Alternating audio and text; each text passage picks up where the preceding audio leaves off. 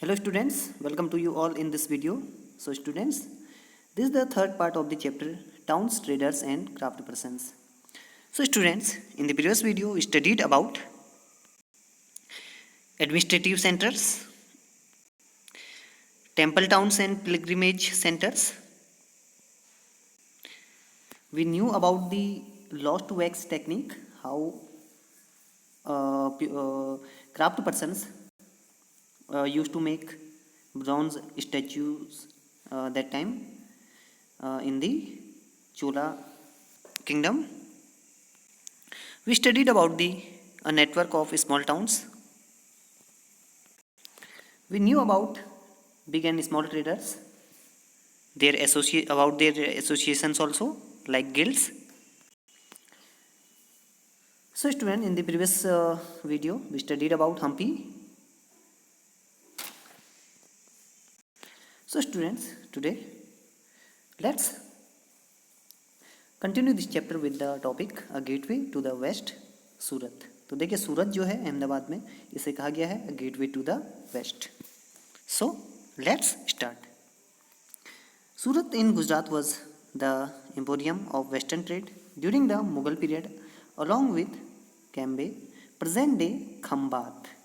देखिए उस समय कैम्बे कहा जाता था और आजकल कहा जाता है खम्बात. आपने सुना होगा द गल्फ ऑफ खम्बात. सो ये क्या था? Emporium, a place where goods from diverse production centers are brought and sold. तो एक ऐसी जगह होती है जहाँ पर देखिए अलग अलग जगहों से जो भी प्रोडक्शन होता है चीज़ों का, तो यहाँ पर क्या होता है, खरीदा और बेचा जाता है, उसे बोला जाता है एम्पोरियम. ये चीज़ ध्यान दीजिएगा. तो ये सूरत था उस समय. एंड समवट लेटर अहमदाबाद, और बाद में कहा गया इसे Ahmedabad. Surat was the gateway for trade with West Asia. तो देखिए जो वेस्ट एशिया था वहाँ से ये इसे माना जाता था गेटवे. यहीं से ज़्यादातर जो वेस्टर्न साइड से, वेस्टर्न एशिया से जो ट्रेडर्स आते थे इंडिया में ट्रेड करने, तो इसी रास्ते आते थे, तभी से कहा गया gateway of gateway. Via the Gulf of Ormuz, तो वहाँ से ये आते थे. Surat has also been called the gate of Mecca because many pilgrim ships sets sail from here. तो यहाँ से देखिए जो उस समय मुस्लिम पिलग्रिम्स थे जो जाते थे मक्का, जो रिलीजियस प्लेस है मुस्लिम्स का, तो यहीं से वो शुरुआत करते थे अपनी यात्रा की. द सिटी वॉज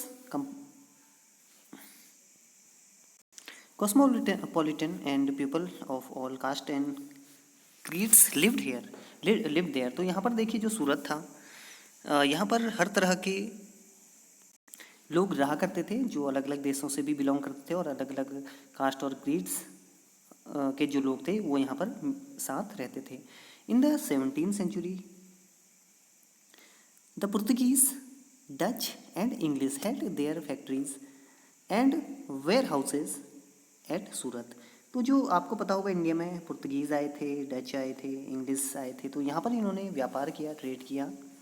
तो उन्होंने जो अपनी फैक्ट्रीज थी और वेयर हाउसेज जो उनके थे, गोदाम, वो भी यहाँ पर उनके थे. कहाँ पर? सूरत में. According to the English chronicler Ovington who wrote an account of the port in 1689. तो देखिए क्रॉनिकलर हैं उस टाइम के इतिहासकार, जिन्होंने यहाँ पर एक अकाउंट लिखा हुआ है in 1689. On average, 100 ships of different countries could be found anchored at the port at any given time. तो वो देखिए क्या वर्णन करते हैं कि यहाँ पर अगर बात करें एवरेज, तो लगभग 100 के आसपास जो शिप्स होती थी. आप समझ सकते हैं कि कितना बड़ा ये उस समय पोर्ट्स रहा होगा. तो वहाँ पर ये हमेशा यहाँ पर पाई जाती थी. वो ऐसा कहता है कि यहाँ पर रुकी रहती थी. तो इससे हम समझ सकते हैं कि उस समय ये कितनी पॉपुलर सिटी होगी as a trading port. There were also several retail and wholesale shops. तो वहाँ पर रिटेल शॉप्स और होलसेल शॉप्स भी होती थी. सेलिंग कॉटन टेक्सटाइल, और क्या बेचे जाता था वहाँ पर? कॉटन टेक्सटाइल, क्योंकि आपको पता होगा कि कॉटन बहुत फेमस था उसमें इंडिया का. The textiles of Surat were famous for their gold less borders, जिसे बोला जाता था जरी.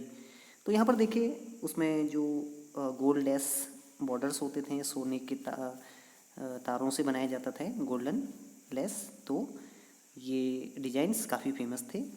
And had a market in West Asia, और उसकी मार्केट कहाँ कहाँ थी? West Asia, Africa and Europe. किसकी? जरी, जो गोल्ड लेस बॉर्डर्स होते थे टेक्सटाइल पे। The state built numerous rest houses to take care of the needs of the people from all over the world who came to the city।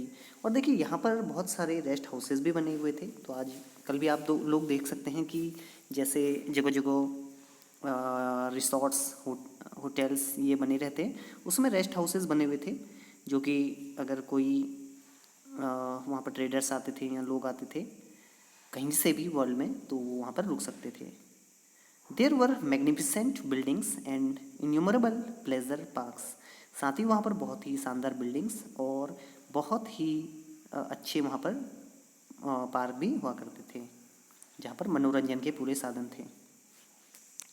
The Kathiawar seths और महाजन्स, तो कठियावाड़ के जो sets होते थे उन्हें बोला जाता था महाजन्स, जो होते थे मनी चेंजर्स। अब देखिए बाहर के कंट्रीज से आ रहे हैं तो वहाँ पर क्या है, उन्हें मनी वो करनी है, एक्सचेंज करनी है। जैसे अगर आप देखें तो आजकल भी अगर कोई अदर कंट्री से यहाँ पर आते हैं तो वो अपने कंट्री की जो करेंसी है वो इंडियन करेंसी से चेंज करते हैं, यानी कि एक्सचेंज करते हैं। तो उस समय भी ये काम कौन करता था? कठियावाड़ सेट्स और mahajans. Had huge banking houses at Surat, तो उनके बहुत सारे बैंकिंग हाउसेज हुआ करते थे उस समय सूरत में। It is noteworthy that the Surat hundis were honored in the far-off markets of Cairo in Egypt, Barsa in Iraq and Antwerp in Belgium। तो देखिए यहाँ पर जो हुंडीज़ होती थी सूरत की, हुंडीज़ क्या होती हैं? ध्यान दीजिए, it is a note recording a deposit made by a person. The amount deposited can be claimed in another place by presenting the records of the deposit. तो इसे मान सकते हैं, देखिए आजकल आप एटीएम चलाते हैं या क्रेडिट कार्ड्स चलाते हैं, तो उसी से मिलता जुलता, हालांकि उसमें इलेक्ट्रॉनिक आइटम नहीं हुआ करते थे, ये केवल एक क्या होता था? नोट होता था, जिस पे मुहर होती थी, स्टैम्प।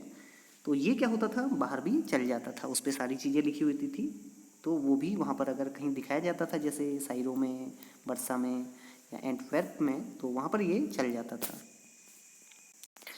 However, जैसा भी हो, Surat began to decline towards the end of the 17th century. 17th century के बाद सूरत का डिक्लाइन शुरू हो गया, पतन शुरू हो गया। This was because of many factors, और इसके कई सारे फैक्टर्स थे। अब क्या क्या थे? देखिए पहले तो बहुत ज़्यादा इसने ग्रो किया as a trading port, but धीरे धीरे क्या हुआ, ये 17th सेंचुरी ख़त्म होते होते इसका भी डिक्लाइन शुरू हो गया। तो मेन फैक्टर्स हैं the loss of markets and productivity because the decline of the Mughal empire. तो देखिए उसमें आपको पता होगा 17th सेंचुरी के आखिर तक जो मुगल एम्पायर था उसका भी डिक्लाइन होने लग गया था आफ्टर द औरंगजेब। फिर कोई ऐसा यहाँ पर पावरफुल मुगल एम्पायर नहीं था, तो वो भी लगभग यहाँ पर समाप्ति की ओर था। और जो पावर थी वो पूरी किसके हाथ में थी? East India Company. तो control of the sea routes by the Portuguese and competition from Bombay, present day Mumbai, where the English East India Company shifted its headquarter in 1668। तो देखिए उस समय क्या हुआ, जो सी रूट्स थे वहाँ पर पुर्तगीज़ का यहाँ पर क्या था? कंट्रोल हो गया था after the decline of Mughal empire. और साथ ही जो इंग्लिश ईस्ट इंडिया कंपनी थी उन्होंने भी अपना हेडक्वार्टर चेंज कर दिया। कहाँ कब किया था ये? 1668। Today Surat is a bustling commercial centre. लेकिन आज क्या है, देखिए अगर प्रेजेंट डे की बात करें तो सूरत क्या है? एक बहुत ही शानदार कमर्शियल सेंटर है। So students, let's discuss about the fishing in troubled water Masulipatnam. तो मसूलीपट्टनम के बारे में पढ़ते हैं। द टाउन ऑफ मसूलीपट्टनम और Machilipatnam literally fish port town. देखिए अगर बात करें मसूलीपट्टनम तो इसका जो प्रोनाउंसिएशन आता है वो है मछलीपट्टनम, जो लोकल नेम है। और लिटरली अगर देखें तो ये है फिशपोर्ट टाउन, ले on the delta of the Krishna river, और वहाँ पर जो कृष्णा रिवर है डेल्टा वहाँ पर ये है। In the 17th century it was centre of intense activities, 17th century में यहाँ पर बहुत ज़्यादा ट्रेडिंग एक्टिविटीज़ होती थी। Both the Dutch and English East India companies attempt to control Masulipatnam as it became the most important port of the Andhra coast. तो देखिए Andhra coast में ये बहुत ही एक इमर्जिंग कमर्शियल सेंटर था, ट्रेडिंग सेंटर था। तो इस पर जो कंट्रोल है उसके लिए डच और इंग्लिश ईस्ट इंडियन कंपनी दोनों ने ही पूरी अपनी ताकत लगा दी थी। The fort of Masulipatnam was built by the Dutch, और आफ्टर ऑल जो यहाँ पर फोर्ट है वो बनाने में कामयाब कौन हुए? Dutch. So let's more about Masulipatnam, a poor fisher town. This is a description of Masulipatnam by William Methwold, a factor of the English East India Company in 1620।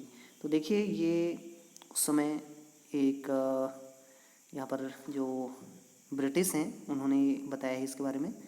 This is the chief port of Golconda where the right worshipful East India Company have their agents. It is a small town but populous, unwalled, ill-built and wars situated। तो बताते हैं कि ये जो मसूलीपट्टनम है वो एक cheap port है, किसके लिए? गोलकोंडा के लिए, जहाँ पर ईस्ट इंडिया कंपनी अपने एजेंट को रखती है यहाँ पर। और ये टाउन बहुत छोटा है बट बहुत ज़्यादा यहाँ पर आबादी है। यहाँ पर किसी भी तरह के वॉल्स नहीं है, यानी कि जैसे फोर्ट्स होते हैं, और अच्छी तरह से बना भी नहीं है, इल बिल्ट यानी कि अस्त व्यस्त तरीके से बना हुआ है, और बहुत ही अच्छी इसकी स्थिति नहीं है। Within all the spring and brackets it was first a poor fisher town, और उन्होंने इसे बहुत ही पुअर फिशर टाउन कहा है। Afterward the convenience of the road made it residence of merchants and so continue since और and the Dutch nation frequented this coast। तो मैथवर्ल्ड कहते हैं कि विलियम मैथवर्ल्ड कहते हैं कि ये पहले क्या था, एक पुअर यानी कि कोई अच्छा ये फिशिंग टाउन नहीं था, लेकिन क्या हुआ धीरे धीरे यहाँ पर लोग आने जाने लगे, वहाँ इनके डच लोग भी आते थे। तो इससे क्या हुआ, यहाँ पर धीरे धीरे वे लोग भी बसने लगे। तो इस तरह से ये टाउन ये क्या हुआ, एक ट्रेडिंग टाउन के रूप में उभरने लगा। The Qutub shahi ruler of Golconda imposed royal monopolies on the sale of textile, spices and other items to prevent the trade passing completely into the hands of the various East India companies। तो यहाँ पर देखिए जो कुतुब शाही rulers थे उन्होंने गोलकोंडा के, तो उन्होंने यहाँ पर रॉयल जो उनके रॉयल मोनोपोलीज थे, अधिकार थे यहाँ पर बेचने के, टेक्सटाइल, मसाले और अदर आइटम्स, तो वो कंप्लीटली अपने हाथों में लिए।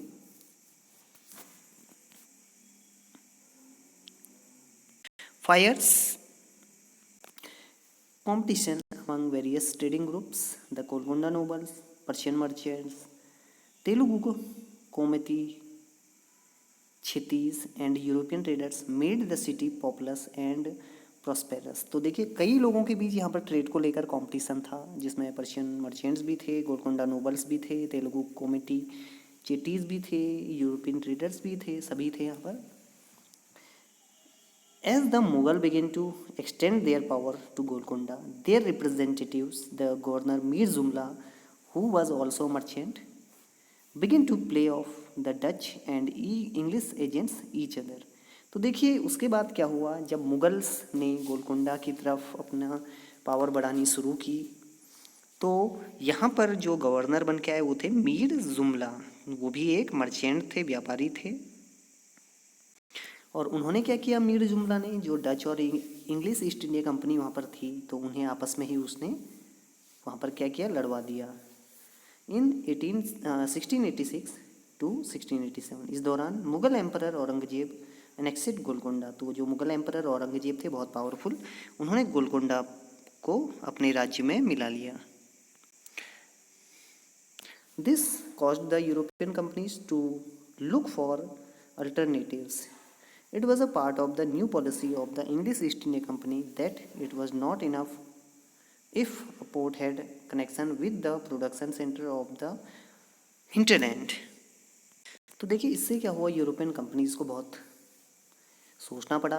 उन्हें अब अन्य विकल्पों की भी यहाँ पर तलाश थी कि कैसे भी यहाँ अपना ट्रेड बनाए, और वो जानते थे कि केवल यहाँ पर ट्रेड से ही नहीं, इसे पॉलिटिकली भी अपने हाथ में लेना होगा इस सेंटर को।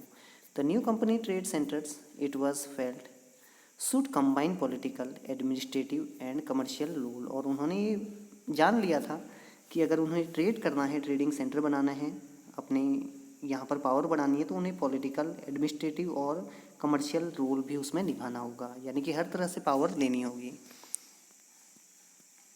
As the company traders moved to Bombay, Calcutta, present day Kolkata, and Madras, present in Chennai, Masulipatinam lost both its merchants and prosperity and declined its course of the 18th century. Began today nothing more than a dilapidated little town.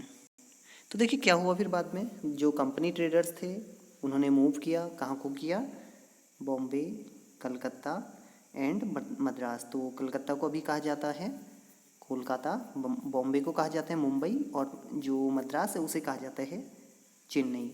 तो उसके बाद जो मसूलीपट्टनम है उसकी prosperity बिल्कुल क्या हो गई, कम हो गई, और इसका भी पतन शुरू हो गया। और उसके बाद क्या रहा, यहाँ पर भी कुछ भी नहीं था, केवल वहाँ पर केवल रिमेन्स ही बचे हुए थे। न्यू टाउन्स एंड ट्रेडर्स, नए नए टाउन्स और नए नए व्यापारी।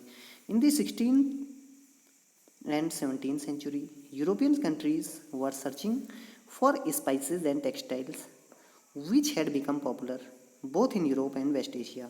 तो देखिए 16 और 17 सेंचुरी में आपको पता होगा यूरोपियन कंपनीज जो थी वो यहाँ पर आने लगी, वहाँ से लोग आने लगे यहाँ पर, किसके लिए, स्पाइसेस और टेक्सटाइल, यानी कि यहाँ के जो मसाले और जो कपड़े थे वहाँ पर बहुत ज़्यादा फेमस थे यूरोप में और वेस्ट एशिया में। The English, Dutch and French formed East India companies in order to expand their commercial activities in the East. तो उसके बाद देखिए जो इंग्लिश थे यानी कि ब्रिटिश, हॉलैंड के जो डच थे और जो फ्रांस के फ्रेंच थे, तो उन्होंने ईस्ट इंडिया कंपनी क्या की, फॉर्म की, ताकि वो यहाँ पर कमर्शियल एक्टिविटीज़ को फैला सकें ईस्ट में, यानी कि इंडियन सब कॉन्टिनेंट में। Initially great Indian traders like Mulla Abdul Ghafur and Virji Vora who owned a large number of ships competed with them। और देखिए यहाँ पर कौन थे उस समय जो बहुत ही महान इंडियन ट्रेडर्स थे, व्यापारी थे, जैसे मुल्ला अब्दुल गफूर और विरजी वोरा। तो इनकी जो बड़ी बड़ी शिप्स थी उन्होंने कंपटीशन किया, किससे किया, ईस्ट इंडिया कंपनीज से। हाउएवर जो भी हो, the European companies used their naval power to gain control of the sea trade. और जो यूरोपियन कंपनीज थी उन्होंने अपनी नेवल पावर यानी कि नौसेना की जो शक्ति थी उसको यूज़ किया यहाँ पर सी ट्रेड के लिए। And forced Indian traders to work as their agents. और इंडियन ट्रेडर्स को इन्होंने फोर्स किया कि वो उनके एजेंट के तौर पर वर्क करें। अल्टीमेटली आखिरकार क्या हुआ देखिए, the English emerged as the most successful commercial and political power in the subcontinent. और उसके बाद आपको पता ही होगा कि जो इंग्लिश ईस्ट इंडिया कंपनी थी, ब्रिटिश थे, वो यहाँ पर सबसे पावरफुल और सबसे सक्सेसफुल कमर्शियल और पॉलिटिकल पावर बन के उभरे, ये आप जानते होंगे। The spurt in demand of for goods like textile led to a great expansion of the crafts of spinning, weaving, bleaching, dyeing etcetera. तो देखिए जब टेक्सटाइल की बहुत डिमांड बढ़ी तो उसके बाद ज़रूरत पड़ी स्पिनिंग, वीविंग, ब्लीचिंग और डाइंग, इन चीज़ों की भी। With more and more people taking them up, और लोग ये ऑक्यूपेशन अपनाने लगे. Indian textile designs became increasingly refined. However this period also saw the decline of the independence of craft person. तो देखिए इस समय क्या हुआ, डिक्लाइन हुआ क्राफ्ट पर्सन्स का भी, जो यहाँ पर कारीगर हुआ करते थे. They now began to work on a system of advance which meant that they had to weave cloth with was already promised to European agent. और देखिए यहाँ पर क्या हुआ, उनका एक तरह से अगर हम देखें तो पहले से वे काम करते थे, जो यहाँ पर क्राफ्ट पर्सन्स थे, कारीगर थे, इंडिपेंडेंट, यानी कि वो क्राफ्ट वर्क करते थे, वीविंग, डाइंग, स्पिनिंग, सारा वो करते थे इंडिपेंडेंट, यानी कि किसी के साथ उनका कोई भी प्रॉमिस नहीं होता था. लेकिन जब ब्रिटिश के हाथों में पावर थी, उन्होंने इसे क्या बना दिया, एक कॉन्ट्रैक्ट बेस चीज़ बना दी क्राफ्ट पर्सनशिप को. तो देखिए क्या हुआ इसमें, they had to weave cloth which was already promise to European agent. तो यूरोपियन एजेंट के लिए उन्हें ये बुनाई करनी होती थी क्लोथ्स की, जिसके लिए उनको एक प्रॉपर जो होता था एडवांस दिया जाता था. Weavers no longer had to liberty of selling their own clothes और वीविंग देयर ओन पैटर्न्स. और साथ ही देखिए उन्हें अपने पैटर्न्स बनाने का और बेचने का भी कोई अधिकार नहीं था, बल्कि अंग्रेज जैसा कहते थे वैसा ही उन्हें करना पड़ता था. They had to reproduce the designs supplies to them by the company agents. और उन्हें वही फिर से रिप्रोड्यूस करना पड़ता था डिज़ाइन, सप्लाई टू दैम, यानी कि उन्हें कंपनी को सप्लाई करने के लिए. The 18th century saw the rise of Bombay, Calcutta and Madras, which are noble cities today. तो आज भी ये क्या है, नोबल सिटी हैं, महानगर हैं आज भी आपके. मुंबई, कोलकाता एंड चेन्नई, उनके पुराने नाम हैं Bombay, Calcutta, Madras. Crafts and commerce underwents major changes. The merchants and artisans such as weavers were moved into the black towns established by the European companies within these new cities. और देखिए यहाँ पर जो इन सिटीज़ में आपकी जो 3 सिटीज़ थी, major cities, वहाँ पर जो यूरोपियन थे उन्होंने यहाँ पर ब्लैक टाउन्स बनाए थे, जहाँ पर कौन रहते थे, इंडियंस रहा करते थे. और यहीं आपके ये मर्चेंट्स और आर्टिशियंस रहते थे जो इंडियंस होते थे, और इन्हें बोला जाता था black towns. Establish by the Europeans companies with in these new cities. The blacks और नेटिव ट्रेडर्स, यानी कि जो यहाँ के स्थानीय, जो यहाँ का के देश के लोग होते थे, नेटिव ट्रेडर्स, जिन्हें ब्लैक्स भी कहा गया है, and craftsperson were confined here while the whites ruler occupied the superior residencies of Fort St George in Madras और Fort St William in Calcutta. The story of crafts and commerce in the 18th century will be taken up next year. तो उसका आप अगले साल पढ़ेंगे. So students, at last just knew about the Vasco da Gama and Christopher Columbus. So as you know, Vasco da Gama, he discovered India in 1498. So let's know about him. In the 15th century, European sailors undertook unprecedented explorations of sea routes. तो देखिए उन्हें पता नहीं था, उन्हें ये मिल पाएगा नहीं, लेकिन वो इन का सी रूट ढूंढने आ गए थे, ये ईस्ट का. They were driven by the desire to find way to reaching the Indian subcontinent. देखिए उनके मन में एक डिज़ायर थी, इच्छा थी इंडियन सब कॉन्टिनेंट को ढूंढने की, by the sea route and obtaining spices. और वो चाहते थे स्पाइसेस. देखिए पहले से उन्हें क्या होता था, वेस्ट में जो अरेबियन कंट्रीज़ थे वहाँ से मिलते थे उन्हें स्पाइसेस, और पता चलता था ये कहाँ से आए हैं, इंडियन सब कॉन्टिनेंट्स थे. तो उन्होंने कहा क्यों ना हम ही खुद ही जाकर वहाँ पर क्या करें, ट्रेडिंग करें. तो इसीलिए इन्होंने, जो वहाँ के कुछ सेलर्स थे, उन्होंने इंडियन सब कॉन्टिनेंट को सर्च करने की ठान ली थी. Vasco the gamma Portuguese seller, ये कौन थे, पुर्तगीज़ यानी पुर्तगाल के एक सेलर थे, नाविक थे. Sail down the African coast, went round the Cape of Good Hope. तो देखिए जब ये ढूंढने के लिए आए इंडियन सब कॉन्टिनेंट को, तो ये कहाँ से आए, अफ्रीकन कोस्ट से.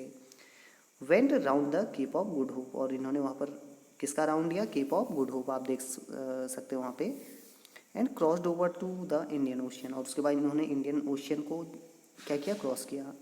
His first journey took more than a year. जो उनकी पहली जर्नी थी इंडियन सब कॉन्टिनेंट को ढूंढने की, उसमें उन्हें लगभग 1 साल से ज़्यादा समय लग गया।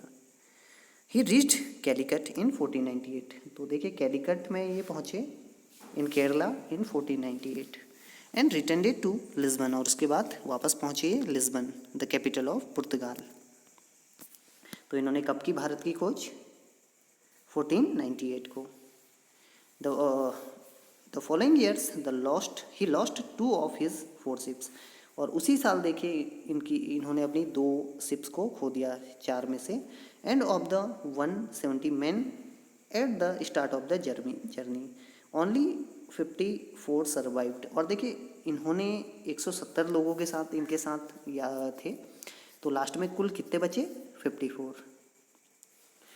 इन spite of obvious hazards the routes that were opened proved to be extremely profitable, और ये रूट उनके लिए बहुत ही प्रॉफिटेबल रहा जो यूरोपियन ट्रेडिंग कंपनीज थी। And he was followed by English, Dutch and French sellers, और आपको पता होगा उसके बाद फिर यहाँ पर इंग्लिश, डच और फ्रेंच भी आने लगे। The search for sea routes to India had another unexpected fallout. अब देखिए एक और थे आपके Christopher Columbus, he also wanted to discover India, but क्या हुआ देखिए वहाँ पर, on the assumption that the earth was round, Christopher Columbus an Italian decided to sail westward. तो उन्होंने देखिए उन्हें पता था दुनिया गोल है, पृथ्वी आपकी गोल है, तो उन्होंने कहा कि मैं वेस्ट की तरफ जाता हूँ और इससे मैं ईस्ट की ओर पहुँच जाऊँगा। तो उन्होंने वेस्ट की ओर अपनी यात्रा की, द एटलांटिक ओशन, और उन्होंने कौन सा ओशन क्रॉस किया? Atlantic Ocean, to find a route to India. He landed in the West Indies, और वो कहाँ पहुँच गए? वेस्ट इंडीज़ में, which got their name because of the confusion. और देखिए जो वेस्ट इंडीज़ है आपने देखा होगा, वो इसी कन्फ्यूज़न में उसका नाम रखा गया क्योंकि वो चाहते थे कि इंडिया को ढूंढें, और उन्होंने वेस्ट में इस प्लेस को ढूंढा, उसका नाम रख दिया वेस्ट इंडीज़। और कब वो खोज की उन्होंने? 1492। He was followed by sailors and conquerors from Spain and Portugal. तो इनको फॉलो किया बाद में सेलर्स और कन्क्वेरर्स, आक्रमणकारियों ने, जो आए थे स्पेन और पुर्तगाल से, who occupied large part of the central and south America, often destroying earlier settlement in the area. और उन्होंने वहाँ पर क्या किया देखिए, जो पार्ट्स थे वहाँ पर सेंट्रल और साउथ अमेरिका, वहाँ पर ऑक्यूपाई कर लिया स्पेनिश और पुर्तगीज़ ने, और वहाँ के जो ओल्डर जो सेटलमेंट्स थे पहले के, उन्हें डिस्ट्रॉय कर दिया। इस तरह देखिए जो क्रिस्टोफर कोलंबस थे, इन 1492 he discovered America, but he wanted to discover India, so by mistake he reached there. So students, this chapter ends here. I hope you understood it well. So if you have any problem you can ask. So thanks for watching.